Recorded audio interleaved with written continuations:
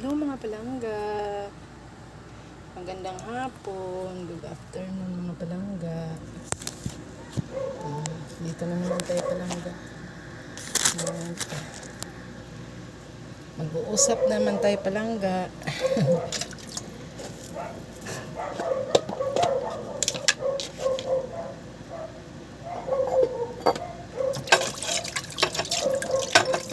Gugas ako pa ito palangga kasi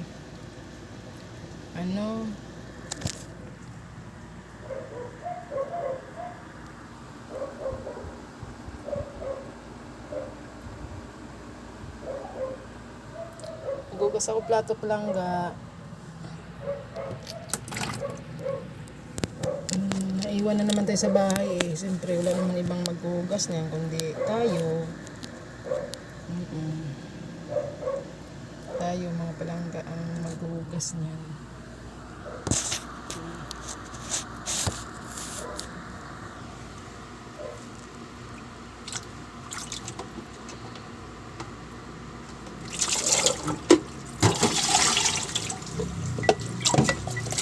Tapos ko lang maglaba mga palangga. Ayun, madilim mga palangga. Madilim. Tapos ko lang maglaba mga palangga. Maglaba ako mga palangga. Kasi maglaba ako ng mga pantalon ng ano ko. Ng dalaga. Ubo ako palangga. Naubo ako mga palangga.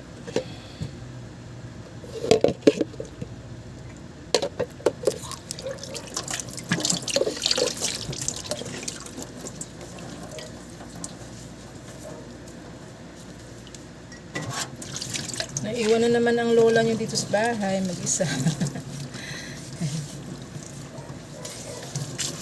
Ay, maghugas tayo ng plato palangga. Tapos nakulaba palangga. Tapos ngayon, magkupas ako plato.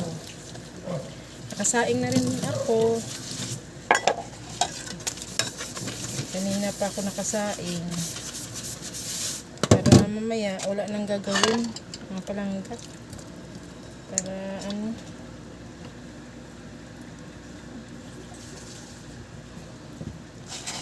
wala nang gagawin may palangga. Pagtapos ko dito, hugas mga palangga,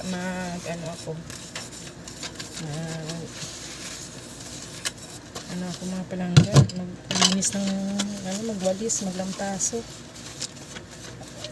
Kasi kami mga palangga, pag natulog kami sa gabi, nagwawalis talaga kami.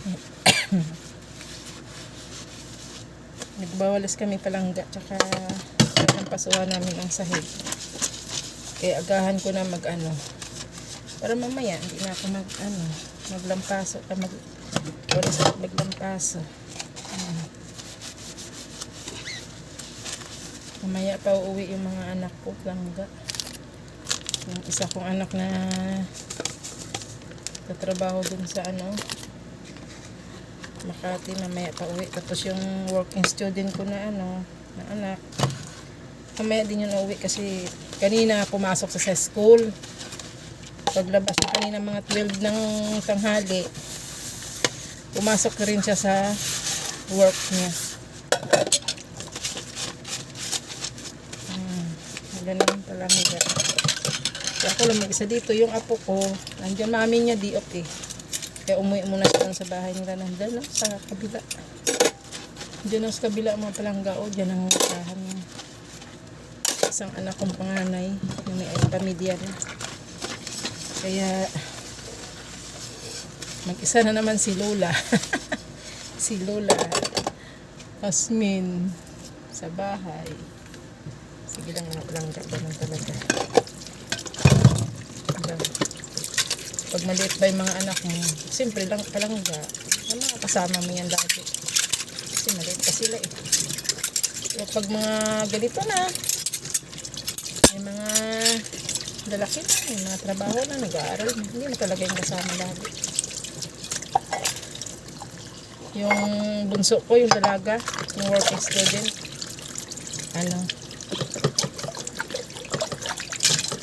Kahit di off niya, hindi mo rin pa rin yan siya makasama kasi di off niya sa work niya. May pasok naman sa school, whole day.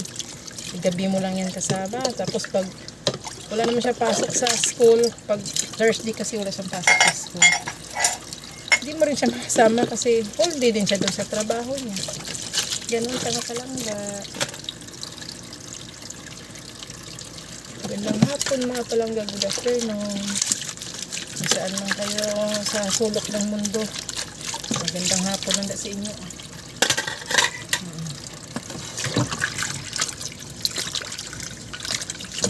Kasi pagkatapos ni hugas plato, walis-walis para magwalis, maglampaso na. Yung asawa ko pang palangga, umalis din siya kanina. Sinama kasi siya ng kapatid niya sa Cebu. Kasi si Manang, tigwang na ba? Tanda na. Eh, kasama rin naman ni Manang yung ano niya, yung bunso ng anak ng babae. Eh, gusto niya kasi isama si yung asawa ko, si Arthur. Gusto niya talaga isama. Eh, sabi ng libre niya pamasahe mga palangga kasi wala naman tira yun, wala naman tira pa. Binayad namin sa tuition ng anak ko. Wala kaming pera. Ano naman, may estudyante. Pag may estudyante, lagi wala pera. Pag may pera naman, bayad sa utang. Bayad sa bahay, bayad sa kurente. Ang naiwan, pambili ng pagkain. Araw-araw. Ganun lang palangga ang routine araw-araw. Kapag nagsahod, ganun lagi ang mga obligasyon ng palangga. Ako palangga. Mayroon pa kami mga utang, hindi pa rin namin nababayaran. Pero sige lang. Sige lang mga palangga. Tapos din yan balang araw. Yan, umuwi sila Cebu. Kanina umalis, sinundo dito sa bahay. Kasi nandun sa Bulacan yung kapatid niya, si Manang Norma. Nandun sa Bulacan. Eh, pinasundo na siya dito kanina sa sa boyfriend ng anak niya. May motor. Boyfriend ng anak niya, eh, may motor yun. Siya nagsundo dito sa asawa ko. Tapos, ang flight nila mamaya alas 9. Alas 9 flight nila mamaya mga palangga. Hanggang ano lang yun sila doon palangga. Hanggang May 8 siguro. Or May 10. Kasi siyempre dituhan dito yung sila magbubuto palangga. Kaya kailangan makabalik sila mga 8 or 10 ng May. Ako nga palangga, wala nga akong uwi sa Negros palangga. Hindi ko alam mo, saan ako makakuli talaga dito sa palangga, sa Negros. Sobrang nakatagal palangga. Hindi ako nakakuli. Nakakuli dito sa kaluyaan sa Diyos. Kaubaya na lang natin kay Lord. Hindi mo. Ibigyan ako ng Lord ng malaking biyaya na makakauwi doon. Thank you Lord. Thank you Lord. Hallelujah.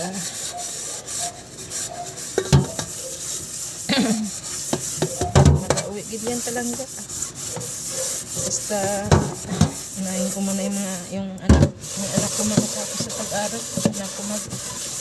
Akala ko mag-uwi talaga lang kaya para wala na ba isipin lang na tapos na sila. Tapos okay na, pag biyahe-biyahe ka na lang.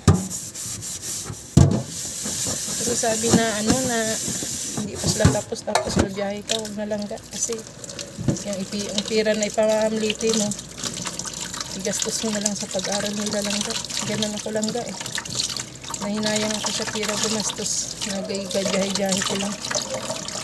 Bakasyon ko lang, tapos paano na yung pag-aral ng anak ko. Bayad ko muna sa lang sa tuition.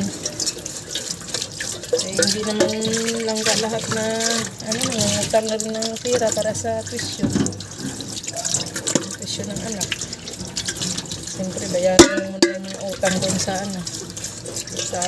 inutangan mo para sa tuition. Kaya sayang. Kaya tapos uuwi ka lang sa probinsya, tapos paano yung pag-aral ng anak mo.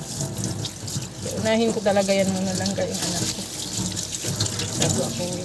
Usap na rin naman kami ng kapatid ko na uuwi ako pagtapos na mag-aral mga anak ko.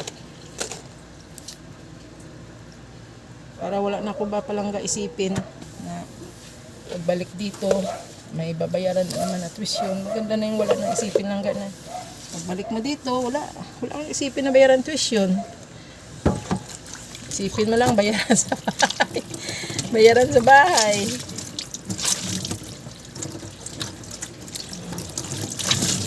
Buti nga mga masisipag na anak ko. So, paano? Nag-iisip ba sa sa pag-aral talaga nila, mag-working student sila. Pati kami sa bayaran palangga, share kami. Lalo na yung bunso ko. Share kami. Kaya ayaw niya man na, yung ganun, mag-isip ng bayaran. Yung mahal-mahal ng bayaran langga eh. Mahal-mahal talaga langga bayaran nila sa Paggipit ako sa pira langga, mangungutang talaga ako langga ng pira para pambayad dun sa tuition. Kasi hindi naman talaga langga tuition lang babayaran mo, mayroon ka rin babayaran pa kung ano-ano pa dun sa school. Buti kung pag tuition lang, di ganun langga. Mayroon ka pa rin babayaran na kung ano-ano na bayaran. Buti kung babayaran nila doon, parang buti kung mga 20 lang, 50, hindi langga. Bayaran na doon, 200, 300, hanggang 400, 500, ganun. Depende kung anong binabayaran nila. Kaya, sige lang langga. Ganun naman talaga yung mga magulang langga eh, magtitiis. Buti kung may trabaho ko langga, wala nang trabaho. Kaya yung sahod ng asawa ko, yung sahod hati-hati, bayad sa kuryente, bayad sa bahay, bayad sa inutangan ng pera para sa tuition. Ganun langga. Ganun na langga yung mga routine namin buwan-buwan. Ay naku Lord. Pero okay lang langga kasi basta hinihiling ko lang kay Lord na bigyan ng kami ng lakas ng pangangatawan, lalo na yung naghanap buhay sa amin mga palangga. Ganun lang palangga yung ko, hiling ko. At lang kami sa nabapalangga ba? Yung lakas na pangangatawan langga. Mag-ano na ako langga na ako magwalis langga, upo muna ako.